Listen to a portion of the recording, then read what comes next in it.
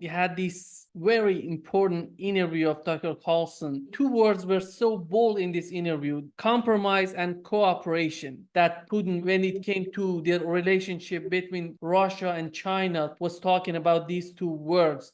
Does the West, does the United States know how to compromise? No, no, they don't have combined West, and the United States do not have political elites, and they cannot compromise because basically everything which is done politically in the Western world today, it's all about optics. You cannot look weak, you cannot look not strong, and things of this nature. Then you of course add here this exacerbating factor, the incompetence pretty much of the political elites and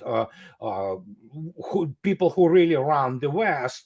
And then when you begin to understand that United States, I'm not talking about Europe. Europe is done as the subject of the international politics, but the United States has this elite producing machine broken. Mostly what you get, you're not getting statesmen. You get primarily people who care only about re-electing or electing themselves into some kind of office and enriching themselves through that and peddling, their, influence. And as the result, again, do not forget, it was Eisenhower, Dwight Eisenhower, who in his final speech, on the 6th of January, 1961, he mentioned military-industrial complex. But the reality, of course, was he was talking about military-industrial congressional complex. And as his daughter stated, pardon me, as his son John stated, that why he didn't use the military-industrial congressional complex, which was in the original text of his speech. He said, "Yeah, I still had a couple of bills in Congress I needed to pass." So, but the reality is, we all know that what Eisenhower meant, and what he described is nothing but the corruption scheme of the basically circulation of the money and influence within this triangle.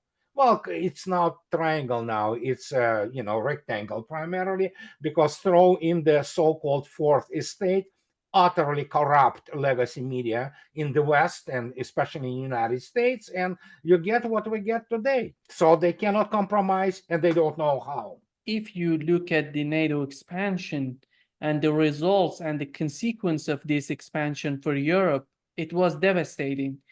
It didn't have anything to benefit Europe. And it seems to me that even when it comes to Europe, the closest ally of the United States in this conflict against Russia and China and other countries, they don't have a compromise even with Europe, and Europe says nothing about it. Obviously, ancient Rome, for example, which was omnipotent for its time, they preserved and they tried to preserve the, for example, Greek heritage as much as possible. So you see, even Romans, who we obviously view as a kind of, the people of the brutish nature, so to speak, despite obviously many achievements of the Roman Empire. But they preserved the Greek heritage, Greek philosophy in many respects, and many people say many of them worship even the Greek gods. So, but you don't have this with the United States anymore. As I already stated, most of the United States elite, which is being produced through all those colleges and especially Ivy League, most, not all, but most of them are highly uncultured people, and they brought up within the framework of American exceptionalism, which is completely confabulated concept. United States history is basically confabulated. It is written, it's just pure fantasy, especially its military history. When you look at this, they do not understand what the strengths of the United States is. And there are many strengths in the United States and its political system. But what you have this generation of people who really do not value Europe other than, as Dostoevsky stated, and I speak about periodically, that he visited Europe many times. He lived there, and in 19th century, he stated that it's just merely the, very fancy graveyard under the open sky. So, and those people in the United States, they obviously don't see much value in Europe anymore, because it is all about, as I already stated, enriching themselves and, peddling their influence. So for them, Europe is just, some continent which cannot really provide much income, so to speak, or profit for them anymore. This is the type of the so-called political leaders United States system produces now. Finally gets to the point that says enough is enough. Let's be a powerhouse. Let's be independent. Let's say no to the United States. Do you see this coming to Europe? Because we have No, some sort of changing in Europe. How do you see no, it? no. I mean, and I understand we have obviously the economic upheaval happening right now. It certainly can or may contribute down the road in, who knows, emerging of some kind of European elite. And we see the farmers but you have to understand that Europe is far gone now. For example, if you look attentively at Germany, it was completely emasculated. It's the same goes for France. Again, France cannot actually assert itself nationally anymore, because they say it's about 10-15%. There's a suspicion that there's more than 30% now of the minorities who run in France, or who in France for purely economic reasons and of welfare. They don't care about, Fifth Republic. They don't care about, égalité, fraternité, or whatever the hell they love to talk about themselves, in French. So, and when you look at this, and then you suddenly see the situation that they don't have resources, really, very few resources. I don't know how can they really regain any kind of their whatever the common European identity, which is also a mythology. If you look attentively at, Europeans have been really good at killing each other. Okay, let's face it. And so it's a much more complex history than it is presented. And of course, this very popular mythology again over Atlantic values and, NATO and European Union. It's all mythology. Primarily, it is all about squeezing money and resources or whatever technological ideas from Europe. And now Europe is a burden. What can you get from them? So, and United States, for whatever is happening in the United States, and United States is in a deep pickle here, or as our good friend Garland Nixon loves to say, in a deep kimchi. So, but at least United States has resources. Europe doesn't. And when you look at them, so hey guys, it was your culture, you voted for that. And many people constantly accuse me that I say, oh, you know what, people are, they have been brainwashed, they have no agency. No, they do. And always I bring the example of Trump. It was American people agency. They elected Trump. And this is it's a very strong argument. Another matter that Trump turned out to be as most of them are hot air balloon. But other than that, people believed his rhetoric and his program, and they voted for this. These guys, in Europe, they always say, oh, CIA runs this, or MI6 or whatever. Well, guess what? The United States is the home of the CIA, when we don't know what they are doing, despite the fact that constitutionally they are, prohibited from conducting any kind of operations within the United States proper. But the point is, compare this.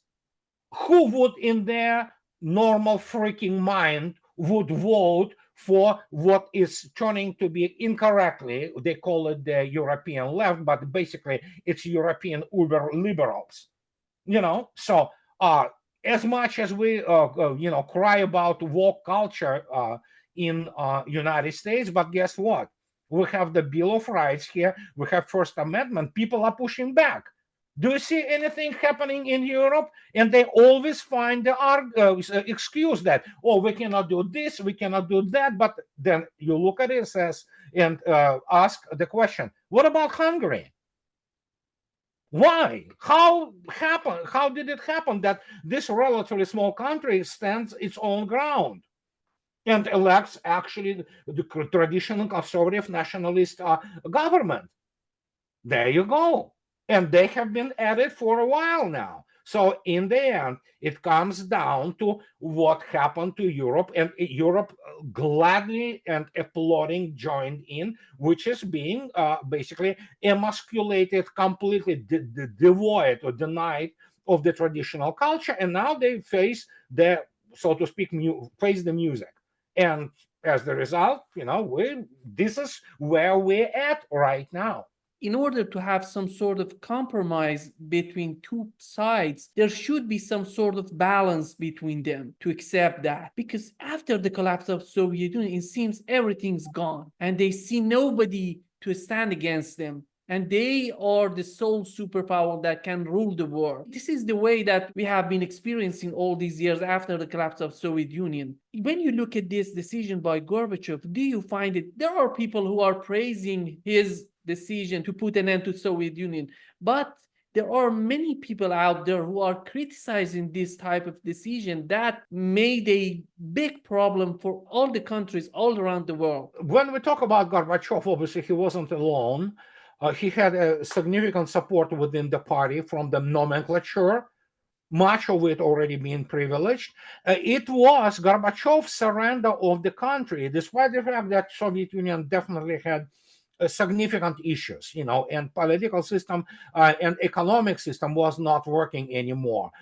But it could have chugged along, for a while, and some incremental reforms could have been implemented. But Gorbachev, being not only a coward, which he was a very cowardly man. He was also a not very bright man.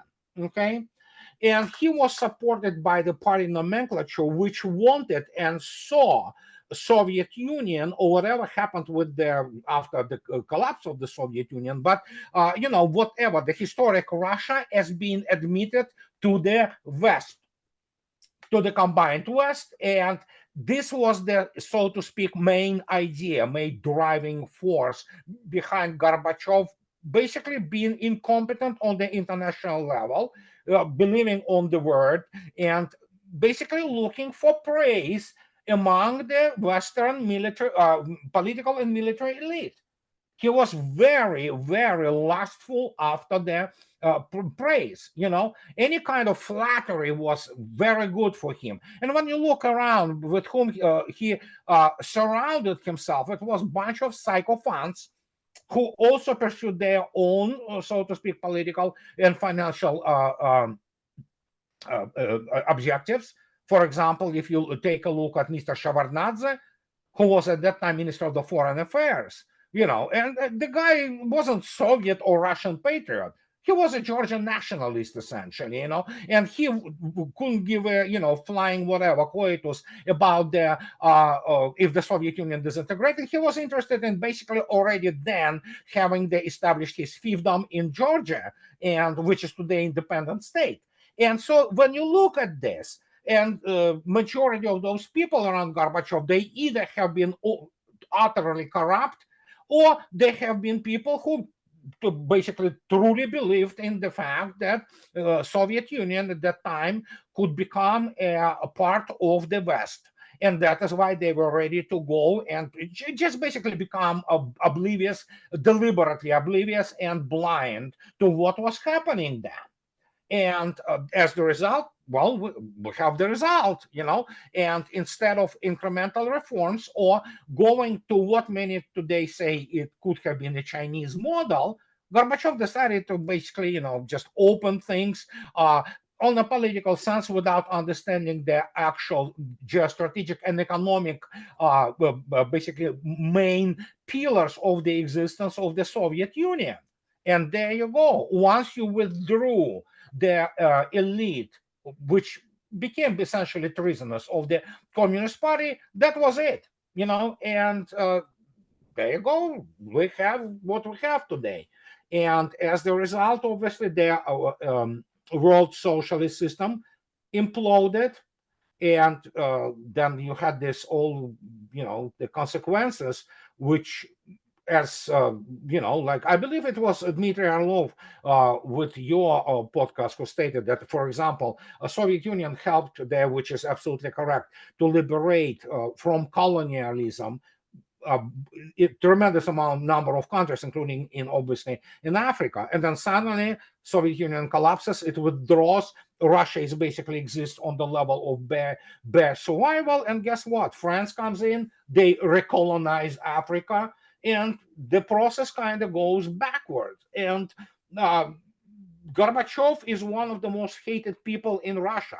And it's not just because of the collapse of the Soviet Union. I think so. Russians overcame this tragedy, geopolitical tragedy, which quoting Mr. Putin himself. But you know what? He still hated because Russians recognized if it wasn't bad enough that he committed essentially a treason, but they recognized in him a coward and the person who was basically corrupt in the final analysis. I was so surprised that Putin, when he started talking about Yeltsin in his interview, he said he knew everything. He understood everything, what was going on in those days. How do you see the role of Putin in the aftermath of the Yeltsin administration? If you can find it in on YouTube. When Mr. Putin became the president, pardon me, prime minister of Russian Federation, he became prime minister of Russian Federation from the post of the director of the FSB. Do not forget his background. And he was talking about the celebration of the KGB FSB, one of the holidays. And you can see him that talking to the whole, auditorium full of people, the cadre officers of FSB, KGB, and all that, and SVR. And he says in a joking manner that successful insertion of the agent. So it happened. So, and everybody starts laughing in the audience because everybody understood at that time that Putin wasn't alone. It was what is called the group of siloviki, from the word of power. This is military intelligence complex of Russia, who understood, and especially after humiliation of Yugoslavia, of the gang rape of Yugoslavia by NATO in 1999, and Russia essentially selling Yugoslavia out. Albeit, let's put it this way, Serbs, they also have reasons to blame themselves, how they betrayed their own heroes. But this combined was the, so to speak, the last straw which broke the camel's back. And we say that Yeltsin decided to give up power. Who knows? I think so. He was forced, but we will never know it, or we will know it, in generations. When some generations will, basically pass, and then the archives will be open, and it will be told how really it all happened, because obviously. For all intents and purposes, Putin was not that significant in the Yeltsin's power bloc and governance bloc, which was dominated by criminal figures, figures of the scale of, for example, Mr. Berezovsky, who was essentially one of the guys who was basically flaming the conflict in Chechnya, and who was behind actually Russian, not military defeat, there was no military defeat, but who played the game totally against the Russian people, totally against a Russian government. And of course, again, who were in government? Look at those people. They were all corrupt criminals. So suddenly the fact that, Yeltsin suddenly understood who Putin was, I don't think so. But again, I'm speculating, but it is speculation based on the solid factors. So especially, for example, just to give you an example, when Putin became the prime minister, Mr. Berezovsky, who was at that time the, what amounts to national security advisor in the United States, analog, he basically asked Putin, who the hell are you? So it wasn't like Yeltsin wasn't a very bright man, to put it politely. Plus, you're absolutely correct. He was an alcoholic. He was the man who had no knack for real statesmanship. And so I think so these were Siloviki, people who still had the control of the army and intelligence services, who asked Mr. Boris Yeltsin to just fade away, and Putin kept the word of not harming the Yeltsin family, which actually committed basically implemented treasonous policies in Russia in 1990s, and essentially took part in robbing Russian people. So, and in this case, you have suddenly this former FSB director of the FSB, the guy with the serious intelligence background, and by the way, a very good level lawyer in and of itself.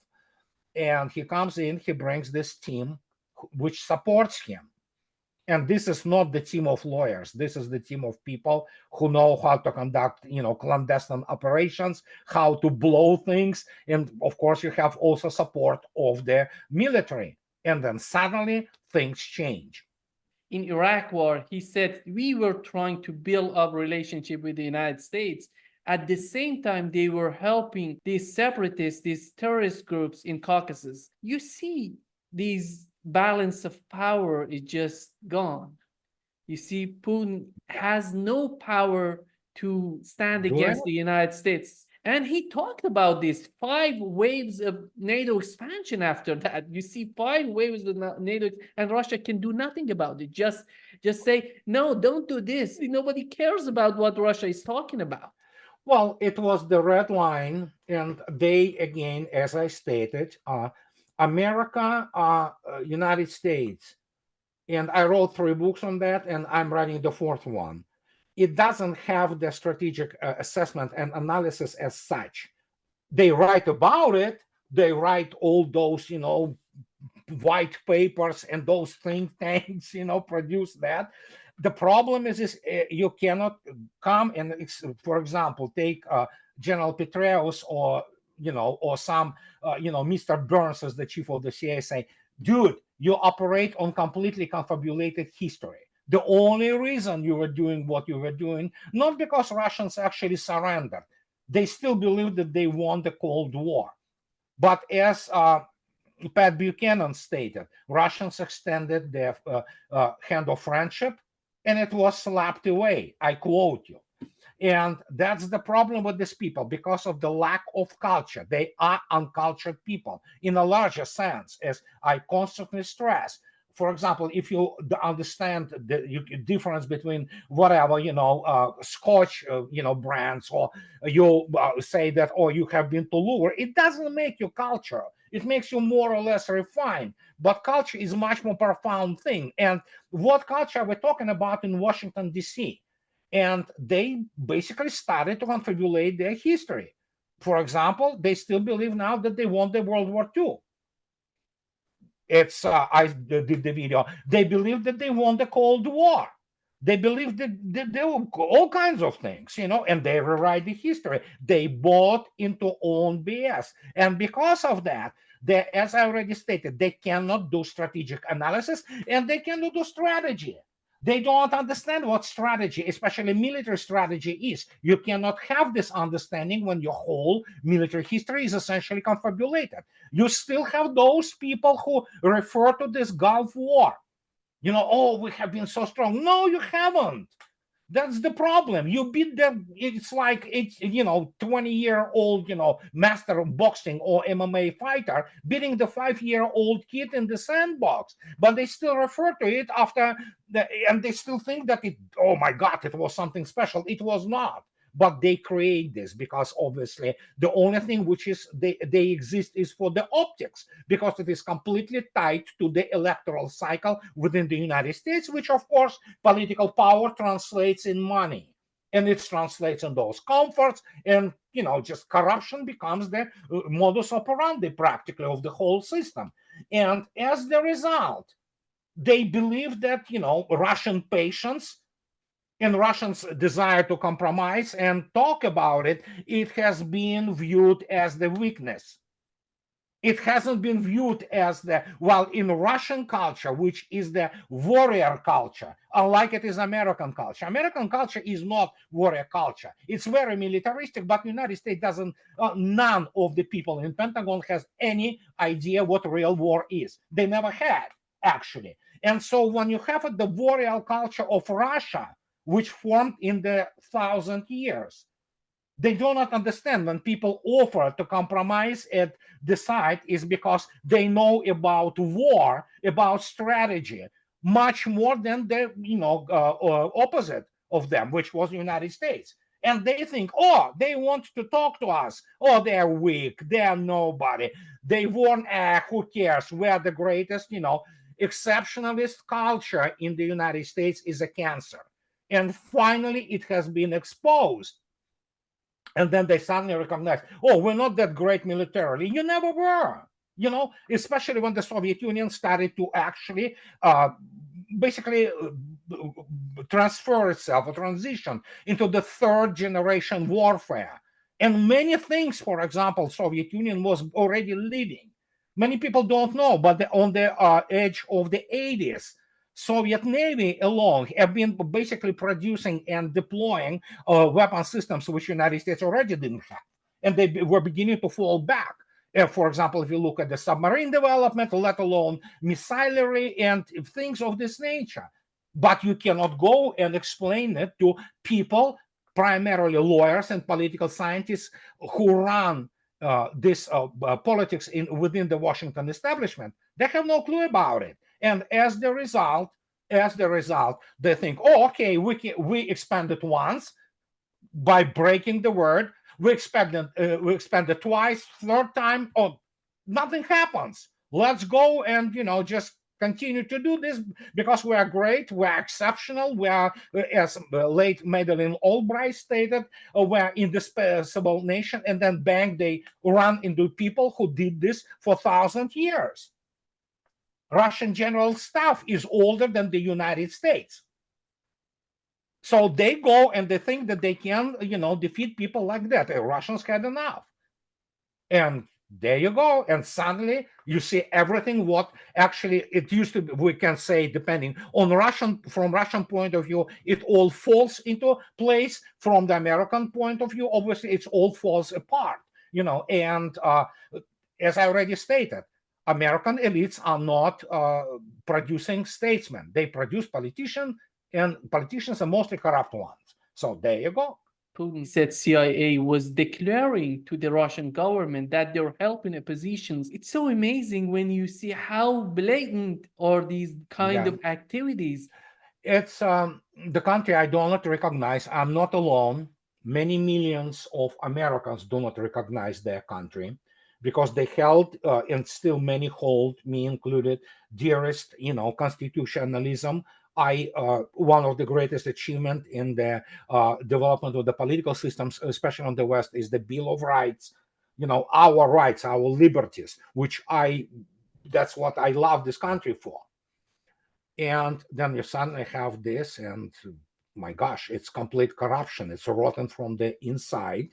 And being blatant is also sometimes, how to put it, as I already stated, it is also the lack of culture. For example, there was a sort of the guy who was in charge of Russia in 1990s on the American side was Strop Talbot. And he is being described while he was visiting Moscow as being arrogant, speaking with people as if they were below him, and which also explains, for example, that a large part of the American elite is actually racist to the, ultimate racism, because, for example, they look at Slavs and Russians as the lower racial entities. So it's simple as that. And that is why, but again, they do not understand, the history. They don't understand the drivers of the world history, because they originate actually from pretty much, again, confabulated backgrounds of some kind of the attempts at the American aristocracy. But America never had aristocracy. Some of those people with weird beliefs have been basically kicked out of England, essentially. So, but if you look attentively, there is no aristocracy, there is no the servile class in the United States. It never existed. So they do not understand even the cultural drivers behind the way people view history, for example. And again, it's shocking.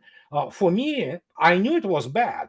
You see, I wrote 3 books about how bad it was. Okay, but when it's really exposed itself how bad it was, I was shocked. I thought they were not good enough. They not just not good enough. It's a catastrophe. It's the very low quality human political material, which absolutely doesn't understand what they are doing. And obviously, they, again, as I already stated, they had this 90s experience with the post-Soviet Russia. They believed into this Cold War garbage, which have been essentially instilled in them by people with very limited intellectual capability, like William Buckley, and most of those American political thinkers, they are second rate. They do not understand history, let alone none of them, none ever understood what real warfare is. So, and you have these people who have been so obsessed with defeating Soviet Union that when Soviet Union collapsed, they say, "Oh my gosh, you see, this is confirmation of our, so to speak, messianic role, the shining city on the hill." And there you go. Everything basically started to go from there. And eventually, yes, as I already stated, they really believed that they defeated Nazism. They really believed that Hitler was defeated by the United States. They do not even understand the numbers, which have been involved in their effort, how it is expressed in the real serious military statistics, economic statistics, because you have people who only know how the Wall Street works. And there you go. Putin said that let's have a unified missile defense system, United States together with Europe, but Russia is not part of this. Why was that? What was the reason behind this? Well, because Europeans don't like Russia. Majority of population of Europe, I mean, I don't know how large majority, but majority, I would say, okay, if I ask me number, 60-65%, they don't like Russians. They don't like Russia. Germans, for the most part, not all, especially in the eastern Germany, they don't like Russians because they can never forgive how they've been beaten in the World War II. French don't like Russians because you know what happened. Russians, the same as with Germans, Russia marched, took Berlin twice. Russians took Paris, and people who think that you can go in and just retune people. No, when you have those so-called elites, and some of them with a long, so to speak, history. German elites, they cannot stand Russians. They hate Russian gods because, well, for Germany, each other person in the political elite in Germany has somebody who was a Nazi or Wehrmacht soldier. They probably lost somebody because Russians defeated Hitler. So you have the same with France and in the elites. Europeans don't like Russia. That's the very simple thing, and that is why they have been very happy, because they really believe that Soviet Union just sleeps and dreams to go there and interfere with the gay pride parades in Europe. While in reality, of course, Soviet Union didn't want to capture or attack Europe, but they believed it. They wanted to believe it, and guess what? Because of that, you got practically full cooperation on their side with the United States. And plus, they believed they bought this mythology of this technology of the United States, the same as the Star Wars, which was a complete wet fantasy, basically, wet dream on the side of the American military-industrial complex and Reaganomics. And as the result, they were willing accomplices. That's what many people do not understand. That's why I'm saying I love European culture. I am a man of European culture myself. But the problem is when they begin to find those excuses. No, guys. You put yourself under the rapist on your own, and you actually applauded doing this. So there you go. And now it's too late. And so they can say whatever they want, but Russians are done with. They have been done with the West practically since 2014 to 2015. Now it's over. Russians wouldn't even shake hand. If they have something to say, they can come or call. But again, you cannot talk to French elite. You cannot talk to German elite. You cannot talk to any elite in Europe. All corrupt, and they have been always and will remain Russophobic. You cannot change that. And they will never forget how they have been defeated time after time by Russians. There you go. Simple as that. Missile defense systems. Right now, if you were to compare these two systems, the Western part and Russian part, how do you compare them?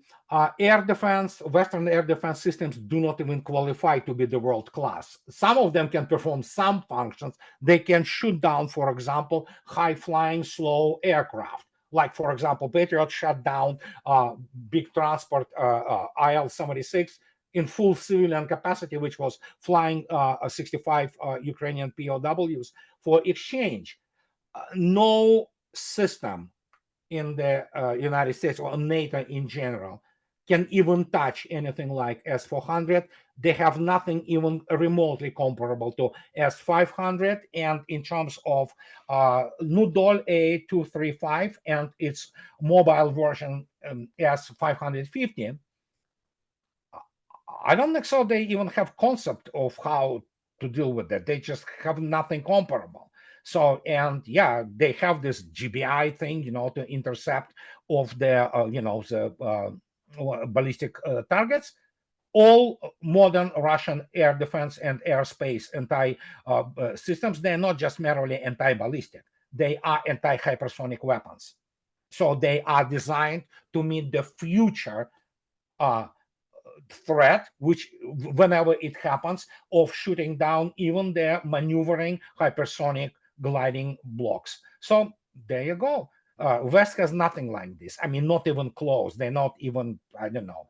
And that's pretty much explains it. But again, as I already stated, they thought in 1990s Russia was done. They didn't study the real history of the Soviet Union. They did, though, how to put it politely, removed a lot of technical documentation after the Soviet Union collapse from very many enterprises of the Soviet military-industrial complex. And they tried to implement them, didn't work out. When it comes to the objectives of Russia in this conflict in Ukraine, Putin said they haven't achieved all of their objectives yet because the final step gonna be denazification of Ukraine. What's your take on this part of his interview? In the long run, it's possible, but do not forget, Constitution, as any law, and Constitution is the main law of the land. It has to be supported by what essentially any state has the right for. It's actually the essence of the state government existence, the monopoly on the violence. Anybody who comes there and says, oh yeah, what, it's democracy, whatever the garbage they say. No, the government and state, when it formalizes itself, has the sheer monopoly on the violence. That's what violence creates power. Violence obviously could be very different. For example, violence could be just blowing city to smithereens, or violence could be police taking down the criminal. Guess what?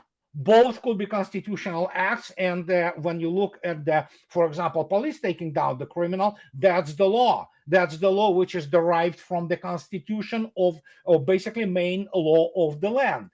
And in this particular case, obviously, there will be the outlawing of any kind of the Nazi element of in culture, socially, what have you. But much of it will be based around, first, I think so that Ukraine will not be really independent state, whatever will be left of it. It will be obviously supervised from Moscow, and it will be supervised by a very powerful man who will be in charge of it.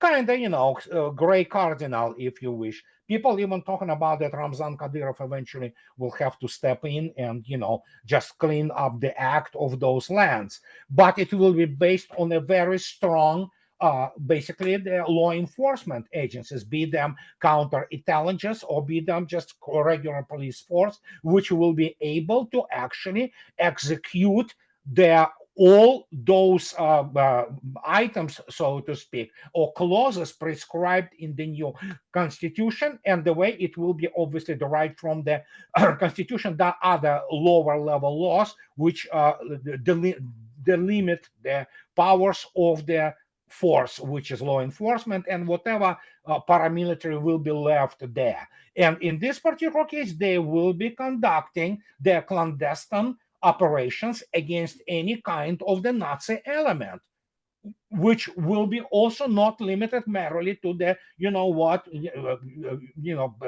wedging the finger on them, and saying some bad words. No, many people will be arrested, they will be prosecuted and persecuted, and that will be one of the instruments of the denazification. And it's a complex process, and I think so it's already not the military issue, it's the issue, as I already stated, of the counterintelligence and law enforcement organizations, which will be formed once the essentially Nazi regime in Kiev is removed. Do you think that the United States is reaching to the point that say, no, it doesn't work in Ukraine, let's go after the negotiating table, let's find an acceptable compromise? Well, the reason I'm smiling is because it's actually in the interview to Carlson, and Putin states very clearly, the West cannot defeat Russia on the battlefield. And now the question says, how the West will withdraw from it's not going to be negotiations. He talks about and actually Tucker also asked him about how can we deal with dignity. And he said it's completely up to you how you want to save your face. You can do it with dignity, or we will continue to do, and it's what we're doing essentially now. That's what he's saying. You can look it up, and the point is, if they want to avoid Afghanistan on steroids times to the fifth power, that will be dignity. They should come and beg Moscow to somehow arrange it. If not, Moscow doesn't care. Russia is in the complete strategic dominance of the situation, and if need be, Russia has forces and means to go as far as it wants. That is why they're creating this panic right now about that Russia wants to attack, NATO. Such a stupid idea. Why would Russia need a bunch of the freeloaders when Russians never lived as good as they do now, And the point is that, yeah, it's pretty much Putin stated, and with Tucker asking this question, it could be now only two ways: with dignity or without it. And that's it. There will be no negotiations now. There will be now only negotiations on how far Russia will allow West to go in terms of saving its face. Period. There will be no negotiations that West says we want this and that. No, there will be nothing like this. But Russians can arrange it such a way that, oh yeah, we talked, and we found something, But the point is, Russia is dictating conditions right now. If they don't like to do it, sure, fine. And they obviously, again, don't forget, the whole political system and the whole media thing in the West operates on only one premise: to give a good optics. These are incompetent people. They won't be able to run the 7-Eleven store without bankrupting it in 2 weeks. And so in this case, the only thing they understand is that because many of them are sociopaths, they are very cowardly people, so they understand only that the fact that they could be humiliated. And as any sociopath, they are afraid of this. And there you go. That's the weapon Russia holds, to their temple, if you wish. As in military terms, there's nothing to talk about. I mean, West simply is impotent militarily, and there you go. That's what actually predicates this whole situation. So Putin answered it very clearly. Up to you guys how you want to do it, with dignity or without it, but it's going to happen one way or another, so nobody cares. If they want dignity, let them come and beg, Moscow, and there you go. The quantity of mercenaries in Ukraine, he said the first country is Poland, the second is the United States, and the third one is Georgia. I never thought that the United States would be the second. First, let's be very clear. Not all American mercenaries there are mercenaries, okay? Very many of them are cadre officers and cadre soldiers, which operate under cover, or as it's called in Russia, under legend. Okay, you have some major with their, graduate of West Point who suddenly, oh yeah, he basically, retired from the army and he's a free guy now, and he goes and, as the, private citizen fights for Ukraine. No, nobody buys this garbage. I mean, and it's just like, it's for people who still, get the military education from the, Top Gun Maverick.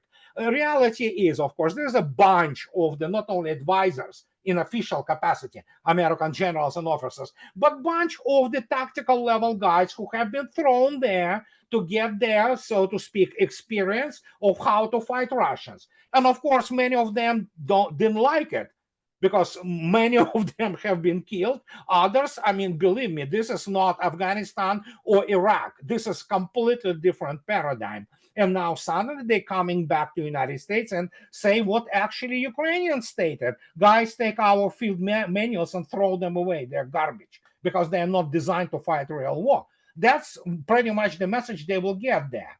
And in this particular case, when they say they're mercenaries, some people say, oh, look at how many, the helicopters fall and other people die, and they do it for, to cover up those who are being killed in Ukraine. Possible?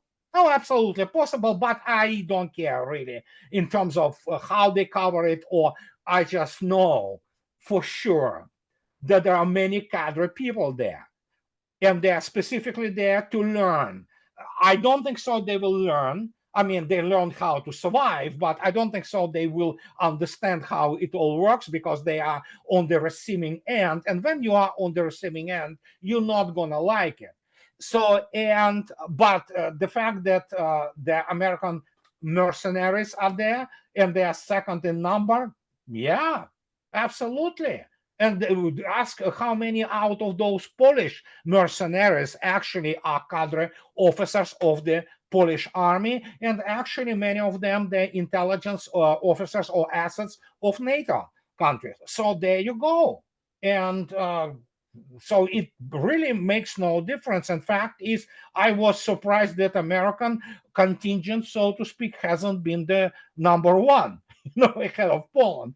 But Poles evidently have their own scores to settle with Russians. So there you go. Putin clearly said that Russia is not going to march toward Poland, Latvia, as long as they're not attacking us. Do you think that we are gonna have some sort of changing in the mind of Europeans? You can sell a lot to Europeans. I mean, not all of them, but yeah, Europeans.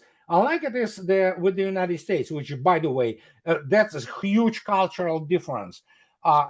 In America, there, after especially Carlson's interview, their legacy media are dead. It's over for them. He absolutely destroyed them. He just stamped on them, and you begin to see now Tucker or some wonderful girl like Candace Owens, and other people emerging as the monsters, of the now, which comes now alternative media, which becoming actually mainstream. Tens of millions of Americans tuned that, if not hundreds of millions, So, but in Europe, they have this propensity to believe their media. They are more brainwashed than Americans in this respect. And so in this particular case, obviously people who have been already predispositioned to questioning the whole narrative in Europe, they obviously enjoyed this interview, and some who were sitting on the fence maybe already changed, so to speak, their opinion. But I think so it's massively affected people and society in the United States. That is why they were so hysterical in those media. And again, do not forget, in terms of the American media, European media are the pipsqueak. They do as they told by CIA and their curators. But in reality, American media, when you look attentively at the statistics in the first 24 hours, it was a demolition of the everything combined, including combined with even Super Bowl audience. That tells you something. So, and now we have Margarita Simonyan. They counted in RT and other organizations 1 billion views in 48 hours. This is stunning. This is unprecedented. Nothing ever like this ever happened in the history of journalism. So there you go. And suddenly, who are those people on CNN or MSNBC? They are nobodies. I mean, they're just propaganda, and they have been called as such. Putin also mentioned his experience with Bill Clinton and George Bush. How powerful is the president of the United States, in your opinion? Of course, the decline of their power, so to speak, or influence of the U.S. presidents started after Eisenhower. I think so. Nixon was the last one, and he was obviously, what happened with the Watergate, and after that it was on decline. And after that, there were obviously they're totally elites, not elites. You cannot call them even elites. But I mean, this, so to speak, governing class and those different vested interests which were running essentially American political or foreign policy consensus. For example, it was Nixon who could say, "Oh, okay, no, we still go and do this," And when you listen to what he says, for example, in the his foundation videos after already he have been unemployed, so to speak, for a while. He talks about the media being absolutely just horrible factor in American political life. And don't forget that media also begin to, they call fourth estate, they are beginning to influence tremendously their foreign relation, not only of the domestic agenda, but foreign policy. And so basically, the last guy who was more or less capable of putting things together was obviously George Bush Sr., who was, for example, he was a bona fide World War II veteran. He was a man definitely capable of, and he had a pretty strong people with him. For example, if you remember Mr. James Baker, the Secretary of the State, he had a top-notch diplomat, Jack Matlock, in Moscow as an ambassador. So you look at those people; they were just serious people. And then you have this guy, playboy, we don't know, from Arkansas, who becomes president, and he brings this all new progressive whatever people, and they view, you lost Cold War. That's what they think. Go and just be as we're told. But Clinton is now suddenly, when he becomes in terms of foreign policy, who he is, he was, of course, relying upon a huge infrastructure of those vested interests and many people who probably had a dirt on him. So he couldn't just come out and say, okay, yeah, let's do this, and go out and convince his administration. I think so. At that time, it was actually other way around. His administration was convincing him what to do and what to say, except, of course, with the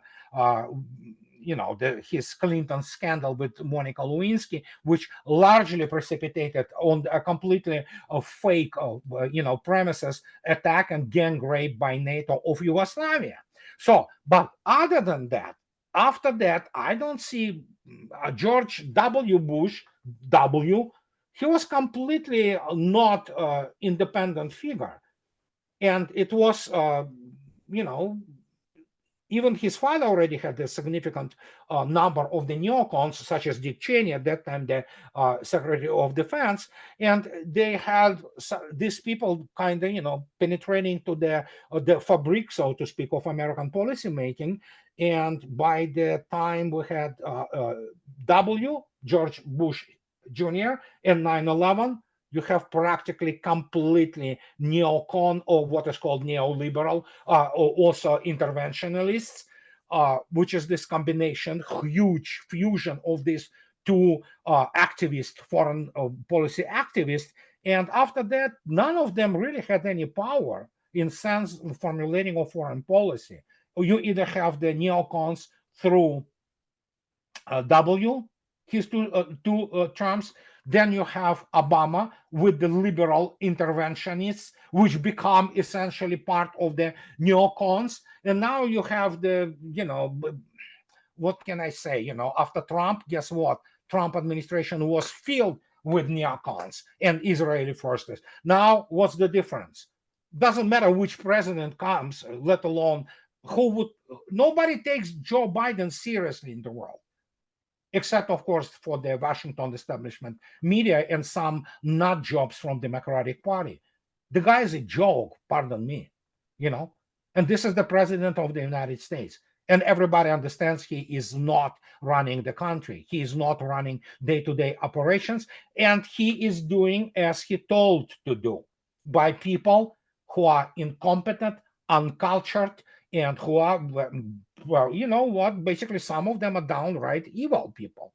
So that's your American foreign policy, how it proceeded through the times of, well, let's put it this way: the first infusion of neocons happened during Reagan administration. This was the guy who brought them in, those, I don't know, it's horrible, what happened. And we have now today, the whole situation is corrupt. Just to wrap up this session, getting back to the point that we started this talk, two key words. The first was compromise, the second, cooperation. When Tucker Carlson asked him about these differences between BRICS and G7, he said, it doesn't that important, because at the end of the day, these are two parts like human brain, two parts that should work together in order to have a prosperous world. I think this was one of the brightest things that he has said during this interview.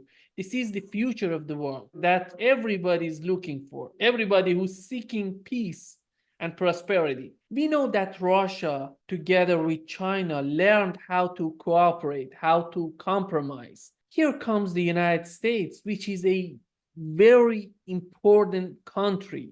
Are we getting to the point that the United States is learning how to compromise with Russia and China because of all these difficulties that they're experiencing right now in Ukraine, in Taiwan? No, not now. No, not yet. And as I already stated, until the political elite in the United States is removed, it cannot change. You cannot change Victoria Nuland. You cannot change just majority of people in Congress, for example. So, but eventually, who knows? There is so to speak, a little bit of the common sense, normal people beginning to operate in Congress and raising their voices. But this administration, no, you cannot talk to them, and they are incapable of talking. That's what I'm saying. And now you have to keep in mind another thing. Vladimir Putin obviously was talking about the larger geopolitical picture, but do not forget, by different estimates, we have now more than 1 million casualties on the Ukrainian side. Number of tens of thousands of Russian servicemen have been either killed or wounded. Somebody has to answer for that. And we know who are the guilty party. And until this done, there will be obviously no talk about any cooperation or compromise, because in the end, there are, as was the case with the Nuremberg trials, which basically sealed the fate, at least publicly, of the National Socialism, Nazis. Same has to happen first in Moscow and Donetsk, and Russia is working hard on it. And obviously many people with the English sounding names from United States and Great Britain and in Europe, they will be named there, and the charges will be leveled at them in crimes against humanities and in war crimes.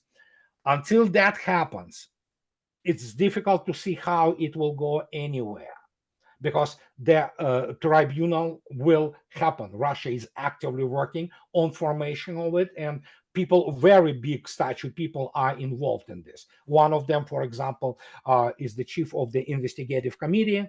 So, and after that, we'll see. We have the elections coming in the United States, which might be the elections which will either, well, they will seal the fate of the United States, so to speak, one way or another, because the way United States exists today, it cannot continue to exist like that. Economically, it's absolutely being torn apart, and politically, we know what is happening. We also have the generational change, which is horrendous.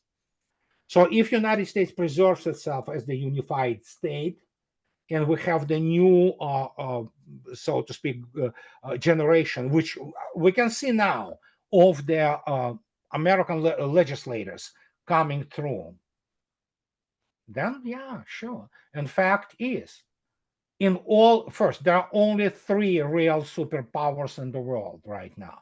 It's United States, China, and Russia. And how they will settle in this triangle is very important. Originally, United States and Russia should have been actually a tremendous couple. Just to give you example, in 19th century, with the development of the railroad transport, one of the guys, I don't remember his name, he saw that Denver will become the center of one of the major political and economic centers, because he was dreaming about doing the railroad from Denver through Alaska to Russia. And by the way, this project and this idea is not dead. People still working on this, thinking how you can unify the actually railroad systems of Russia and the United States. Can you imagine what this would have brought? The amount, the wealth and the development of the regions, both for the United States. And again, Denver certainly would have been, just showing, yeah, we're a center more important than Washington, D.C. And and just to give you example, United States, sadly, in the face of people who came with the Clinton administration, and as Pat Buchanan said, they slapped away the hand of friendship. Now, something should happen, and then we'll see what happens down the road. Europeans and the United States were the first in many things. Right now, with the change that we are witnessing in the world, the sense of compromise and cooperation you see in the Middle East, you see in Africa, people are feeling the necessity of this. Do you think Europeans together with Americans would be the last people to join this manner of thinking? Yeah, I think so. They are the don't forget, they have been at the top for 500 years, and old habits die really hard. So it's very difficult. And again, especially we have the situation which is so multifaceted. Just we have the destruction of essentially Western education. It is destroyed completely on the level of the public schools and universities. And I mean, it's unbelievable. This devastation visited upon the Western world by the ignorant exceptionalists in America and in Europe, by those globalist elites, it is devastation. It's a cultural, social, and economic. And West first has to recover from that, and then maybe put itself together somehow, and then it may join indeed into what promises to be an incredible development of the human technology, social programs, and things of this nature. So it could be a very bright future. Will we see it? We'll see.